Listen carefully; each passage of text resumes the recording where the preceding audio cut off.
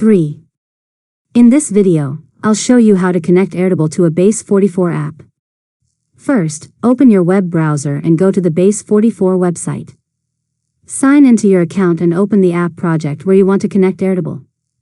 Next, open Airtable and create a base with the tables and fields your app needs. Add the information you want to manage, such as users, products, bookings, tasks, or other records. Now, return to Base44 and open the Builder chat. Describe the Airtable connection you want to create and explain which data from Airtable should be used inside your app. After that, provide the required Airtable connection details, such as the API key, access token, base ID, or table information depending on your setup. Base44 can help create the integration logic to send and retrieve data. Next, ask Base44 to connect your app features with Airtable.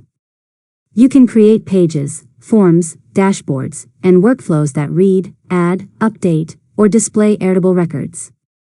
Finally, test the integration by adding new data, updating records, and checking that the changes appear correctly between Airtable and your Base44 app.